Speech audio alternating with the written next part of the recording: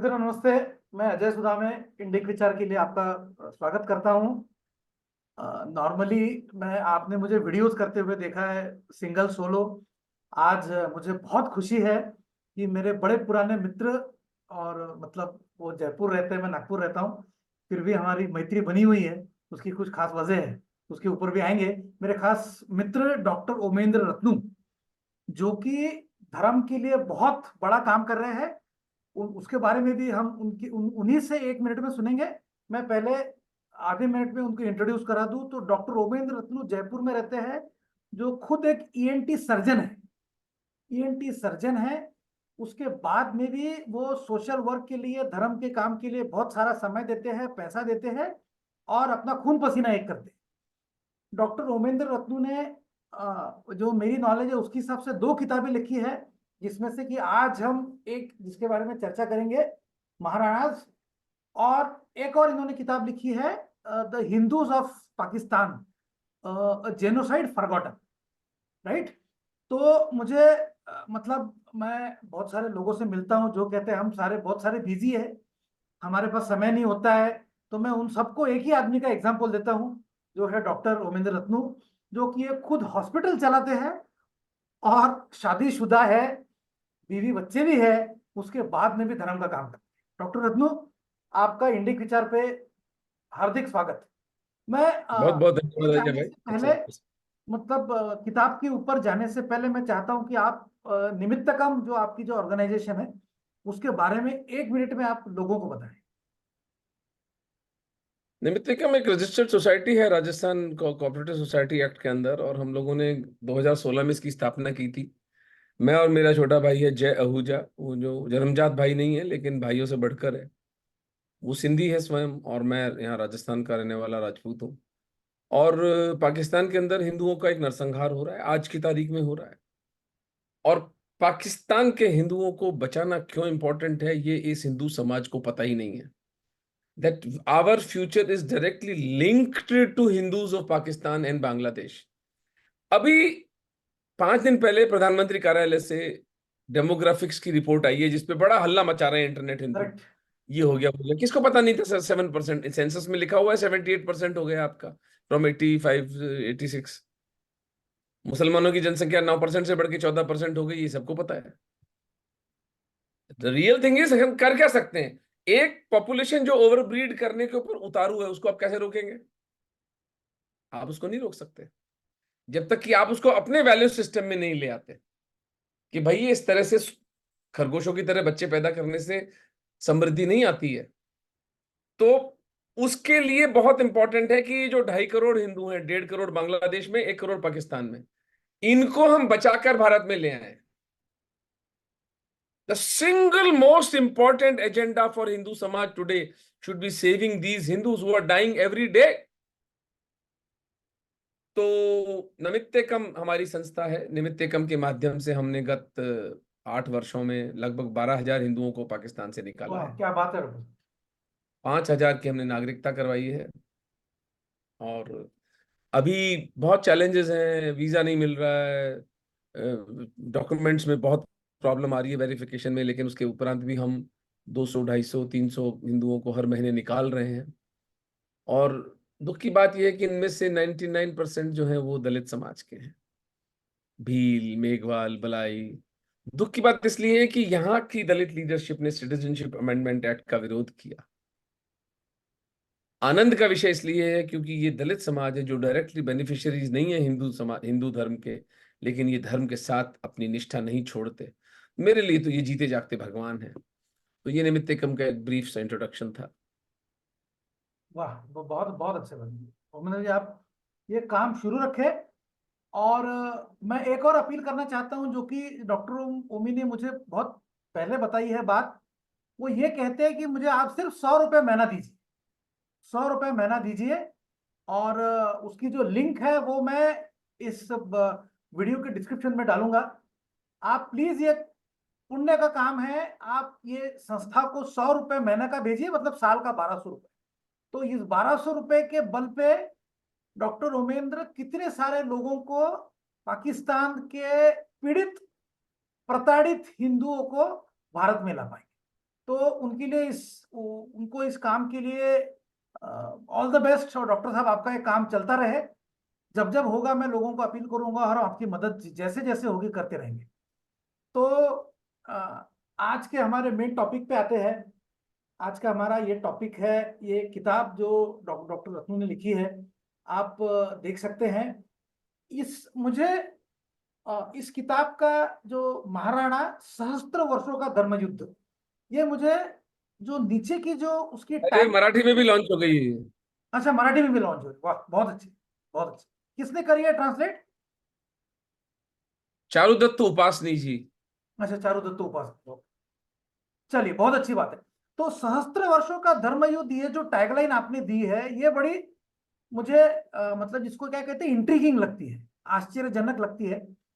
क्योंकि यहाँ से महाराष्ट्र में बैठ के, जो कि हम खुद मतलब यहाँ मराठों का इतना बड़ा इतिहास है मुगलों से लड़ने का, उसके बाद में भी मैं ये किताब पढ़ने के पहले दो राणाओं के बारे में जानता था, या तीन। महाराणा प्रताप, राणा संगा और बापा रावण। और जो कि मैं बुरा हिस्ट्री का बुरा स्टूडेंट नहीं हूं, मैं जानने में उसके बाद में भी मुझे इनके बारे में मालूम है। और इस किताब में आपने कम से कम 11 राणाओं के बारे में लिखा है। तो डॉक्टर साहब, मैं ये चाहता हूं कि आप ये बताएं कि ये जो जैसे बापा रावण सबसे पहले इसमें लिखे गए हैं, तो ये जो रेजिस्टेंस था, ये कब शुरू हुआ? और ये इतनी बड़ी लेगेसी हमसे छिप कैसे गई? हम बाकी इंडियंस इसको जानते क्यों नहीं? नहीं, रेजिस्टेंस नहीं था, ये तो राज करते थे चित्तौड़ के, ये जो मेवाड़ के राजा थे। ओके। ये जो लुटेरे आए मुसलमान, उनको पकड़ पकड़ के पीट पीट के भगाते रहे। रेजिस्टेंस क्या होगा? वो ओके। ये थोड़ी कि ओके। इनको ऑक्यूपाई कर लिया था उन्होंने। इनको ऑक्यूपेशन तो अल्टीमेटली उदय सिंह जी के टाइम पर हुआ है, 1568। ओके। उससे पहले के जो 700 साल है, वहां तो इनको जूते मार के मेवाड़ के राजा वैसे ही भगाते रहते थे। ओके। राज तो मेवाड़ था। राज तो मेवाड़ मैं एक था। दूसरे को ओके। लिखता हूँ, द लाई कॉल्ड दिल्ली सल्तनत। कोई दिल्ली सल्तनत फल्तनत थी नहीं। It was a garrison town. Delhi तो बसाई शाहजहां ने 1650 के आसपास। हम्म।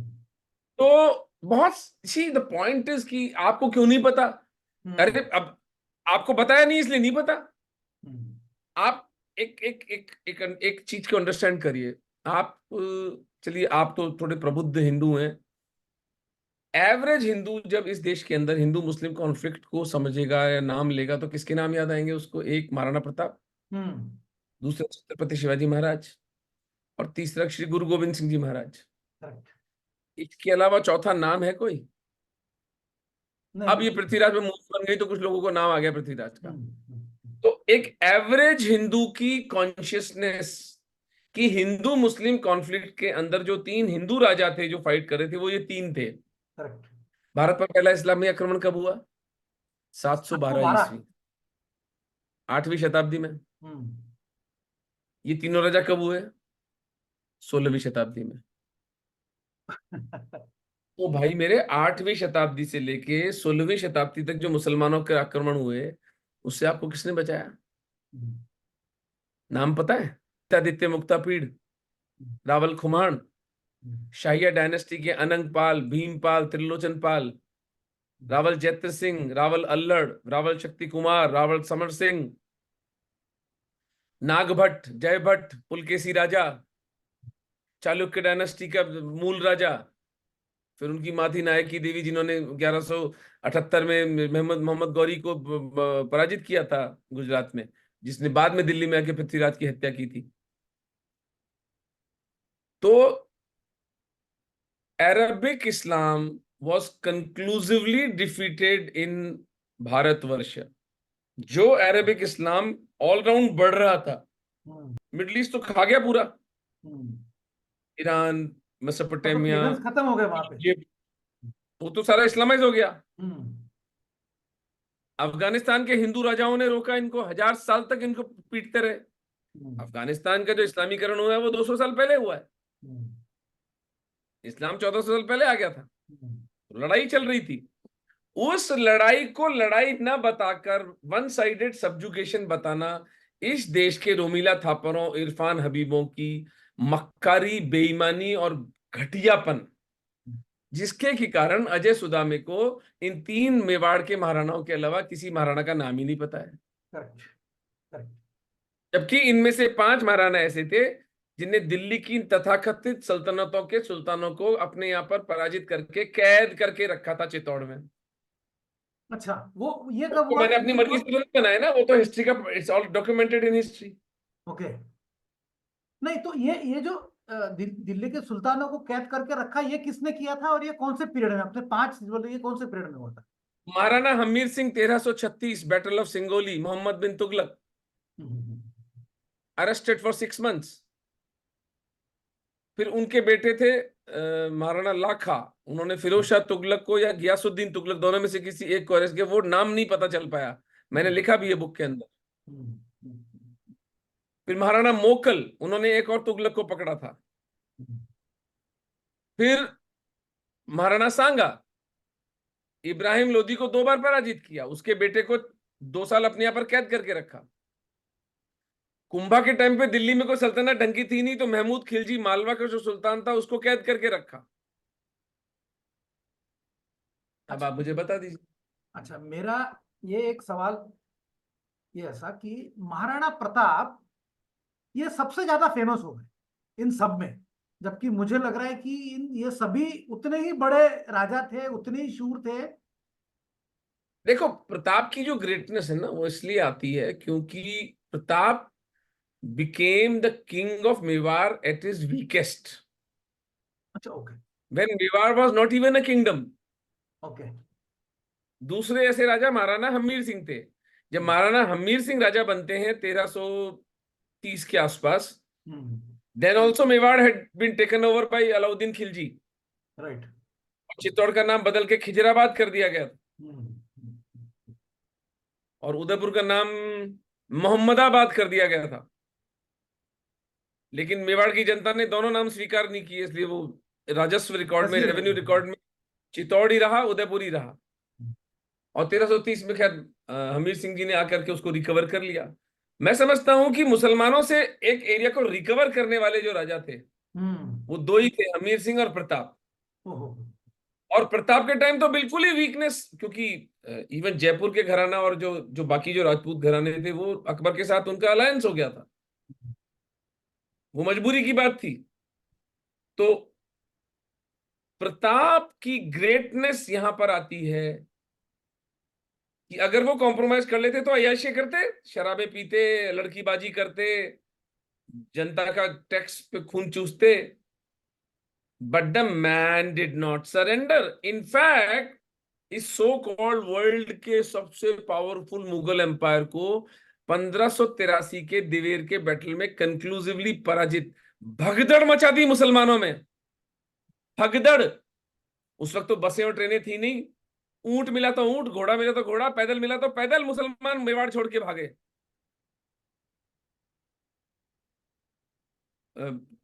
जेम्स टॉड लिखता है, Pratap converted Mewar into a desert. 36,000 मुसलमानों को 3 दिन के अंदर काटा था। तो प्रताप की ग्रेटनेस इस तरह आती है कि master military strategist, master social reconstruction, सारी 36 जातियों को अपने साथ लिया, भीलों को, रैगर, भील, बड़ाई, कोड़ी, सारा समाज, राजपूतों को इकट्ठा किया, मैरिजेस की, मैरिज डिप्लोमेसी करके बांसवाड़ा को, ईडर के, इनके इनकी सेनाओं को अपने साथ लिया। जयपुर के जो राजपूत अलायंस से खुश नहीं थे उनको अपने यहां पे मिला लिया। Extremely valorous, extremely chivalrous man. We are all Hindus only because of one man and that is Maharana Pratap. वाह। अगर वो उस वक्त सरेंडर कर जाते तो अच्छा, अकबर इस देश को इस्लामाइज कर देता। अच्छा, और इसीलिए जयपुर के राजपूतों ने छुप छुप के प्रताप की सहायता भी की है, ये मैंने ओके। बुक में लिखा है। अच्छा, विशेषकर अकबर। बैटल ऑफ मोही 1578 के अंदर हम्म, मुशाहिद बेग नाम के मुसलमान 3,000 मुसलमानों के साथ, भाटी राजपूतों का ठिकाना था मोही, जिसके हम्म, ऊपर कब्जा कर लिया था मुसलमानों ने। प्रताप ने उस पर अटैक किया। हम्म, मान सिंह जी वहां से 20 मील दूर थे। मान सिंह जी को मैसेज पहुंच गया, मान सिंह जी पीठ फोड़ के ऊपर चले गए, मान सिंह जी लड़ने नहीं आए। मान सिंह ने मुजाहिद बेग की सहायता नहीं करी, मुजाहिद बेग वीर गति को प्राप्त हुआ, शहीद हुआ। डॉक्टर साहब, मैं ये एक और मैं दर्शकों को दिखाना भी चाहता हूँ। ये जो एम्बलम है ना, ये बहुत मुझे कमाल का लगा। कमाल का है। कमाल का है। ऊपर की करे इसमें थोड़ा सा, थोड़ा ऊपर करिए। एक तरफ राणा है और एक तरफ भील है ना। यस। और मैं ये एक चीज बताना चाहता हूँ कि यहाँ से ये नागपुर जो शहर है, ये भी एक ट्राइबल राजा का बसा हुआ है। तो मतलब आप इससे बात कीजिए, फिर एक और मैं सवाल पूछूंगा। तो ये भील और राजा, मतलब राजपूत और भील, एक आदिवासी और एक राजपूत, जिसको कि हम मानते हैं कि हमारे हायर करके हायरार्की में सबसे ऊपर, तो ये दोनों साथ में कैसे आ गए? क्योंकि ये सारी जो जाति प्रथा और ये सारा का सारा प्रपंच इन मैकॉले पुत्रों ने बनाया है। हमारे धर्म में कभी भी ये भेद नहीं था। राजपूतों ने कब ब्राह्मणों के गांव मार डाले? ब्राह्मणों ने कब शूद्रों के गांवों को बस मार डाला? हमारा जो डिवीजन ऑफ लेबर था, which is an economically very advanced idea, जो हमारी जातियां बनी, वो it was an economic classification. और बापा रावल को was a very vulnerable as a child. Mandalik नाम के राजा, भील राजा। तो पहली बात तो इसका मतलब 8th सेंचुरी में भील राजा थे, करेक्ट, वेरी तो इंपॉर्टेंट। क्षत्रिय हुए ना वो। देवर क्षत्रियस। तो अब वो भील उनकी लाइनेज हो सकती है, बट उनका कर्म से तो वो क्षत्रिय थे। उन्होंने बापा रावल को बचाकर और मोरी राजा के पास, मान मोरी राजा थे जो चित्तौड़ के, उनके पास भेजा था। आज तक ये ट्रेडिशन है मेवाड़ में कि जब मेवाड़ के नए राजा का राज तिलक होता है तो वो एक भील आकर करता है। अरे वाह। आज तक ट्रेडिशन है वो, 1300 साल से अनडिस्टर्ब। और प्रताप प्रताप के एक्चुअली स्टोरी ये है कि उनके पिताजी उनको पसंद नहीं करते थे। उदय सिंह जी का दिल जो था, वो धीर बाई जो उनकी पत्नी थी, जो कि प्रताप की सौतेली मां थी, प्रताप की माता तो जयवंता बाई थी। धीर बाई पे दिल ज्यादा था उदय सिंह जी का, उनके बेटे जगमाल को प्रेम करते थे, तो प्रताप का अपमान करते थे। प्रताप चित्तौड़ का महल छोड़कर प्रताप की चित्तौड़ की तलहटी में रहते थे। तो वो जब बच्चे थे तो तभी से उनका राजमहल में आना जाना इतना नहीं था जितना कि भीलों के साथ उनका उठना बैठना था। ओहो। तो भीलों ने ही उनको जंगलों में शिकार करना सिखाया। भीलों भीलों से ही उनकी मित्रता रही। मैं तो जो मूवी बना रहा हूं उसमें एक काल्पनिक कैरेक्टर भी बनाऊंगा जो कि उनकी माँ का रूप निभाएगी, जो उनको माँ की तरह प्रेम करती थी, प्रताप को। उन्हीं के साथ खाना पीना होता था। तो एक तरफ एक feudal lords, Kings of Mewar highest pedestal पर, करेक्ट। एक तरफ सबसे लो भील जो बिल्कुल जंगली बेचारे, बिना कपड़ों के, बिना रिसोर्सेज के रहते थे। आप सोचिए एम्बलम में आके दोनों बराबर खड़े हैं, बहुत क्योंकि बहुत कमाल की साझा बात। ऐसा एम्बलम शाहजहां और मुसलमान कहीं नहीं से देखा। लड़ने के लिए दोनों सॉरी। एक तरफ आए हैं। तो मैं ये कह रहा था कि ऐसा एम्बलम मैंने और कहीं नहीं देखा, ये बहुत कमाल का कहीं नहीं एम्बलम। देखोगे आप, हम्म। कहीं देखोगे भी नहीं। ये राइट। मेवाड़ में ही घटी थी घटना। करेक्ट। एक और feudal Lord with the commoner. Way with the common. Right. अच्छा, तो ये मैं जानना चाह रहा हूँ कि क्या आज भी भील बसते हैं वहां पे, मतलब वो जंगलों में बसते हैं? अरे लाखों की जनसंख्या में। पर अब ये बाम सेफ वालों ने इनका दिमाग खराब करा हुआ है और कह रखे हैं साहब कि आप तो मूल निवासी हो। हाँ, आप हिंदू है नहीं, आप हिंदू हो नहीं। 15-20% का दिमाग खराब हुआ है, लेकिन 80% भी आज भी निष्ठावान है, कट्टर हिंदू हैं। और महाराणा प्रताप की शपथ लेकर आज भी वो जीते हैं, उनकी पूजा करते हैं। प्रॉब्लम हमारी तरफ से है, हिंदू समाज की तरफ से, कि हम उसको रिकग्नाइज नहीं करते। हम उनकी जो कंप्लेन्स है, ग्रीवेंसेस है, उनको एड्रेस नहीं करते। तो नेचुरली फिर शत्रु आके उसका लाभ उठाता है। बराबर। भाई आप देखो ना, इस्लामिक अरबिक इस्लाम की जो डिफीट है, वो इयन ऑस्टिन एक ब्रिटिश हिस्टोरियन लिखता है कि भाई it is one of the greatest geopolitical event ever happened in human history. Had Hindus not चलो। Defeated Islam, then this whole globe would have been Islamised. भाई इस्लाम को वेस्ट में जाने से तो यूरोप ने रोका, ईस्ट में हिंदुओं ने रोका। अगर ईस्ट में हम नहीं रोकते, और ये आप सोचो पूरा का पूरा part, China, Vietnam, Cambodia, Thailand, Malaysia, Indonesia, Philippines, उसके बाद अमेरिका तक अगर ये पहुंच जाते, तो यूरोप के बस की थी क्या? अकेले यूरोप के बस की थी क्या इतने नंबर, इतना पैसा और इतनी ताकत के साथ इस्लाम को रोकना? इस्लाम दो तरह से पिटा है, वेस्ट से और ईस्ट से। वेस्ट में हमको गोरों का, क्रिश्चियंस का उपकार मानना चाहिए। Charles myrtle, battle of tours जो हुए थे, फिर आपकी जो क्रूसेड्स हुई हैं, करेक्ट, करेक्ट, स्पेन की जो विजय हुई है, करेक्ट। स्पेन स्पेनिश को तो आर्मड़ा इस्लामाइज बड़ा करने के फेमस था। बाद रिटेक किया गया। ये है तो। राइट। आप किताब पढ़ रहा था ओवरऑल, और जो राजस्थान की इतिहास मैंने जो भी पढ़ी है, एक ही एक स्त्री का नाम, इतने सारे राणाओं में एक स्त्री का नाम बड़ा प्रसिद्ध हो गया, और वो थी रानी पद्मिनी। मतलब ये भी एक मुझे एक ट्रेजेडी लगती है कि राजा रतन सिंह भी उतने शूर होंगे जितने की बाकी जितने की बाकी राणा और रावण थे, पर रानी पद्मिनी ज्यादा प्रसिद्ध हो गई। ये क्या माजरा है? वो तो because she was extremely beautiful, वो बहुत सुंदर थी। राइट। तो बट क्या वो इतनी फेमस होने इतनी की एक ही सुंदर वजह थी है? वो कि ऐसा कहते हैं कि, हैं? फेमस होने की वजह क्या? केवल उनका सौंदर्य है? हाँ, सौंदर्य, सौंदर्य बहुत बड़ा क्राइटेरिया है। Men men kill each other for women, और fair women will always be vulnerable. Fair women will always be vulnerable in human civilisation. Maharani Padmini के लिए कहते हैं उनके गले की स्किन इतनी पतली थी कि वो पानी पीती हुई दिखता था पानी जाते। बराबर, मैंने सुना है ये। तो सोचिए आप, वो क्या देवी, कैसी goddess, she would be beautiful like a goddess. And then she was valorous, वो जाकर के करेक्ट। अपने पति को छुड़ा कर पाती है। That's the point, that's the फिर वो नेगोशिएट करती है पॉइंट। अलाउद्दीन खिलजी से कि मेरे पति को रिलीज किया जाए। एंड देन शी कमिट्स जौहर। तो वो वाकई देवी थी, कोई वो कोई साधारण स्त्री तो नहीं थी। महारानी कर्मावती ने भी जौहर किया 1535 के अंदर। But she does Karmavati doesn't come out to be a very smart woman. Correct. वो अपने बेटे के मुंह में ऐसी अंधी थी, और उसको विक्रमादित्य और वो सारा का सारा जो बनबीर और किस्सा जो है, वो सारा का सारा जो सत्यानाश हुआ सांगा की हत्या के बाद, मेवाड़ के अंदर लिटरली एक सिविल वॉर शुरू हो गया, और मुसलमानों को पैर जमाने की जगह मिल गई, because Mewar was the at its weakest. तो वो कर्मावती का उसमें योगदान था। वो अगर अगर उनमें प्रज्ञा होती, अगर उनमें चारित्रिक बल होता, और वो अगर माँ का, राजमाता का रोल निभाती, तो मेवाड़ की दुर्दशा नहीं होती। काश पद्मिनी होती उनकी जगह पर। तो मैं अगर तुलना करूं इन दोनों महादेवियों की, तो पद्मिनी फार अबव इन हर स्टेज। इसलिए उनका नाम है इतना बड़ा।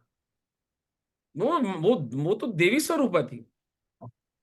अच्छा, एक सब चैप्टर हिस्ट्री में का, राजस्थान की हिस्ट्री का, मैंने, मतलब, कुमार विश्वास बहुत कमाल का वो बखान करते हैं। तो गोरा और बादल के बारे में मैंने पहली बार कुमार विश्वास के मुंह से सुना।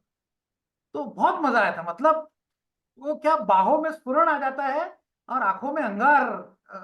से मैं और क्या बोलूं कि बट दैट इज बहुत अच्छा काम करता है, वो काम करते हैं कुमार विश्वास, कि वो जो वो बहुत कमाल की हिस्ट्री है। अच्छा, एक और थोड़ा सा कंटेंशियस टॉपिक है जिसके ऊपर हमने कभी बात भी की थी। वो ये डेफिनेटली मुझे मालूम है कि हमारे शिवाजी महाराज वॉज बेसिकली अ सिसोदिया, है ना? तो उनके राजस्थान रूट थे।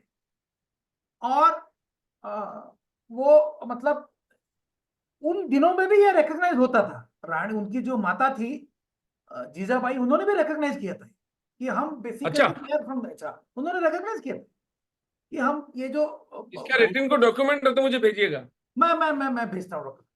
तो मैं जानना चाहता हूँ कि इसके बारे में आपके पास क्या मालूमात है, राजस्थान में क्या फीलिंग है, राजा शिवाजी के बारे में क्या सोचते हैं? मैंने ये भी पढ़ा है कि राजा शिवाजी। हम तो शिवाजी को पूजा करते हैं, हम अच्छा, ओके। शिवाजी को पूछते हैं भाई। हालांकि बाद में मराठों ने 17वीं शताब्दी में, 18वीं शताब्दी में आकर तहस नहस किया मेवाड़ को, अच्छा। लेकिन फिर भी मन में कोई यहाँ पर कैसा को मराठों के प्रति कुछ, मराठों की, मराठा और brothers, they are our brothers. And Shivaji Maharaj तो हमारे लिए पूजनीय, वंदनीय, प्रातः स्मरणीय है।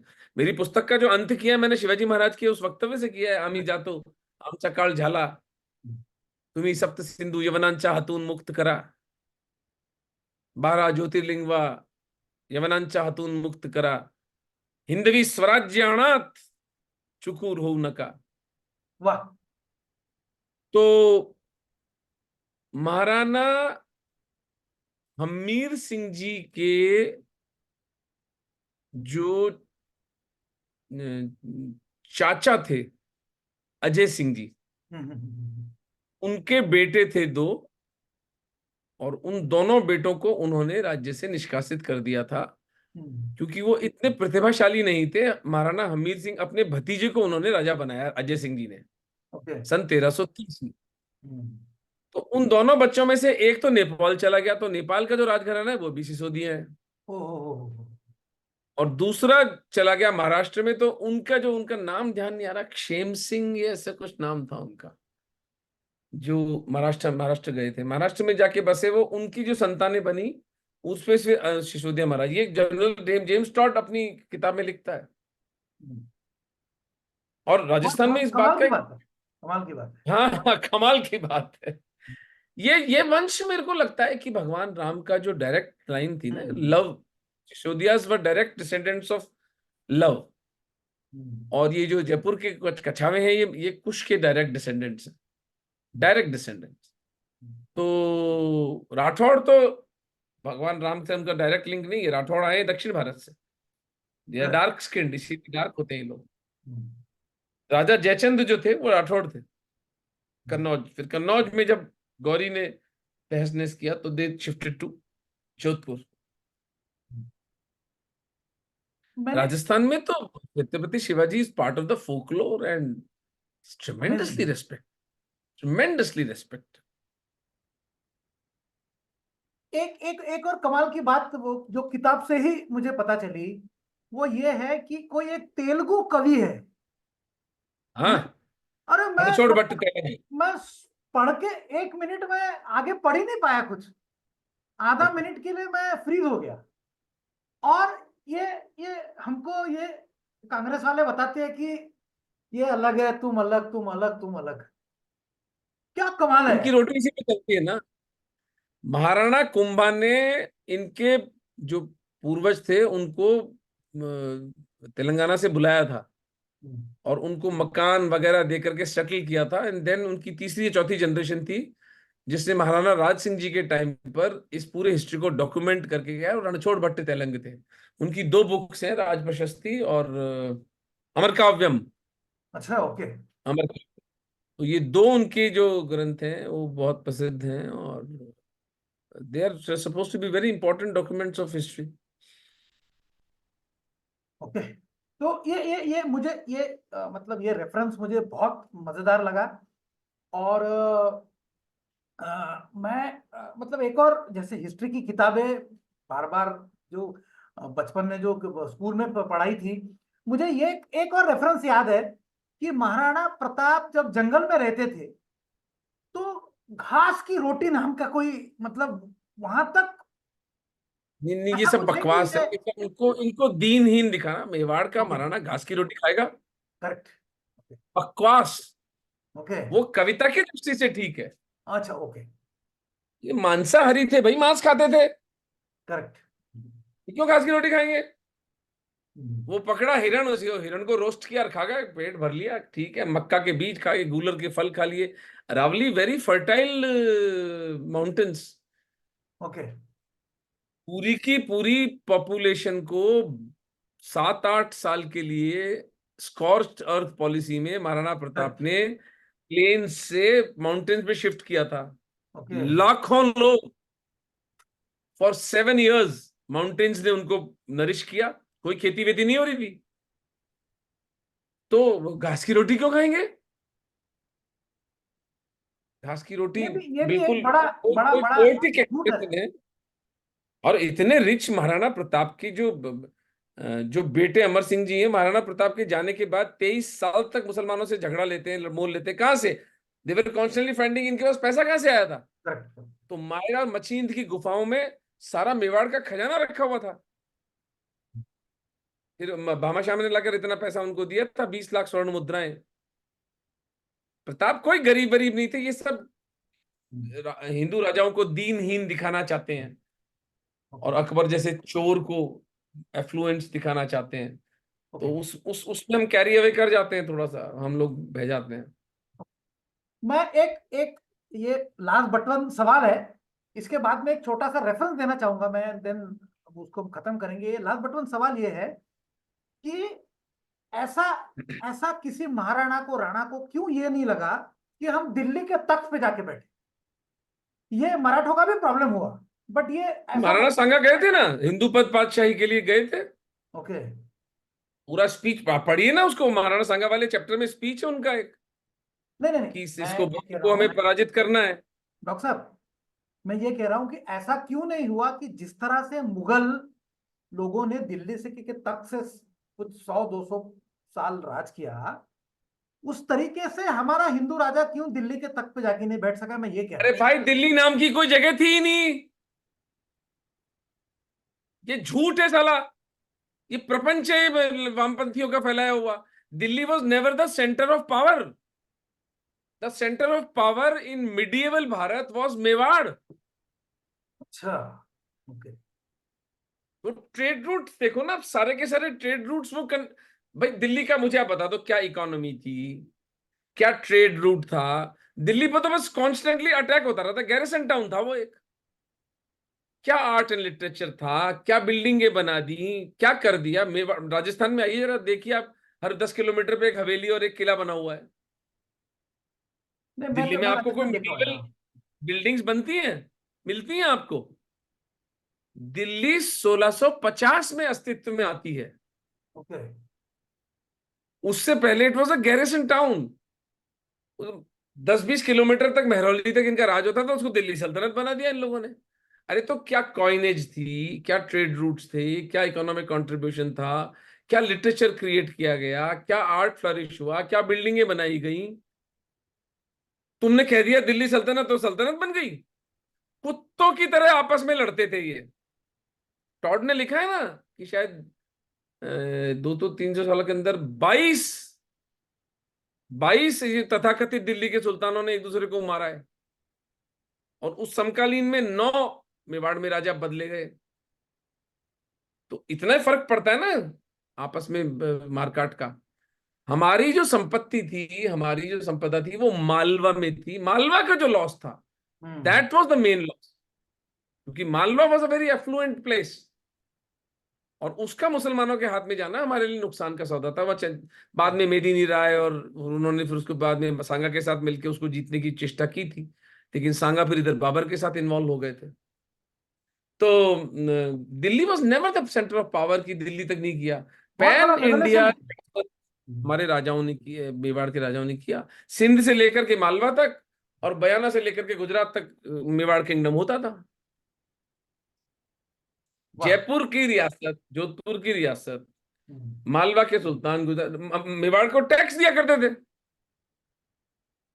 वो तो सब रेवेन्यू रिकॉर्ड का हिस्सा है भाई, मैं को अपने मन से थोड़ी बना रहा हूँ। It's matter of revenue record.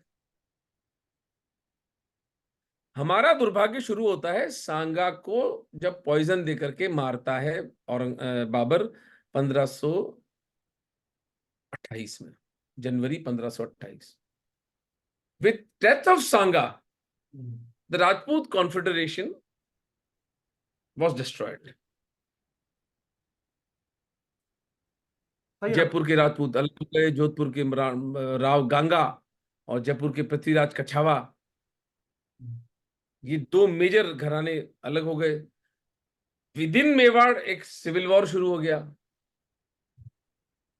और ये होता है, ये तो पावर पॉलिटिक्स है, पावर तो क्या कर सकते हैं। मुझे बाकी ये लग रहा है आज अभी आपसे बात करने के बाद कि कम से कम हमको 3-4 और एपिसोड करने चाहिए, आधे आधे घंटे के, ऐसा मुझे लग रहा है। हाँ, जरूर देखते करेंगे, आपका करेंगे। टाइम कैसा आपको मिलता है। मैं इनमें एक से एक एक राजा है ना, उस पर 2-2 घंटे का बिल्कुल डिस्कशन बिल्कुल बनता है। बिल्कुल 1-1 घंटे का एपिसोड हमको करना चाहिए। मैं एक रेफरेंस देके ये आज का एपिसोड खत्म करना चाहूंगा। मैं जब मतलब जब शादी हुई थी उसके बाद में जयपुर उदयपुर गए थे हम, तो मैंने तब पहली बार वहां पे सुना देखा। वहां के गाइड ने हमको बताया कि ये जो राणा प्रताप का जो घोड़ा था, जिसको चेतक चेतक बोलते हैं हम, वो बोले सर वो चेतक नहीं, इट इज चेटक। चेटक का है। मतलब होता है जादू। तो वो मराठी में भी कॉलोक्वियल लैंग्वेज में वर्ड है जिसको बोलते हैं चेटुक। चेटुक मतलब ब्लैक मैजिक। तो उसके गाइड ने मुझे बताया कि आप उसको, Chetak is the wrong word, it is Chetak. Chetak मतलब जादू। तो वो जो राणा प्रताप के घोड़े का नाम था चेटक। तो वो मेरी याद है, 27-28 साल पुरानी याद। तो बड़ा बड़ा बहुत मजा आया था। और राजस्थान तो ऐसी जगह है कि घूमते रहो कभी खत्म ही नहीं होगा, ऐसी कमाल की जगह है। हाँ, अब तो हमारे राजस्थान में हर 50 किलोमीटर पे इतने बढ़िया हेरिटेज होटल्स बना लिए हैं। बिल्कुल बिल्कुल बिल्कुल बिल्कुल। Memorable properties and memorable stay, most welcome, आप आइए, आपको लेके पक्का पक्का चलेंगे। पक्का। ठीक है तो भाई। बहुत मजा आया डॉक्टर साहब। और मुझे ये लगा कि ये किताब की वजह से फिर से जो पढ़ने की आदत थी वो फिर शुरू हो जाएगी होपफुली। एक समय था जब मैं हर हफ्ते किताब पढ़ता था, और फिर ये नौकरी काम धंधे में वो थोड़ा डिपर, एनीवे। तो पढ़ना बड़ा इंपॉर्टेंट है, किताबें पढ़ना। तो आपको थैंक फिर यू। एक बार धन्यवाद ये किताब लिखने के लिए। और सबको, हमारे देखने वालों को ये रिक्वेस्ट है कि किताब खरीदे और इसको पढ़े। और मराठी में भी अवेलेबल है, आप महारानास.com वेबसाइट पे जाके ऑर्डर कर सकते हैं। अच्छा, अमेजोन पे भी है और महाराणा.com भी है। चलिए डॉक्टर महारानास.com। साहब, जय श्री कृष्ण। धन्यवाद। जय श्री राम, जय श्री राम। श्री राम, जय श्री राम।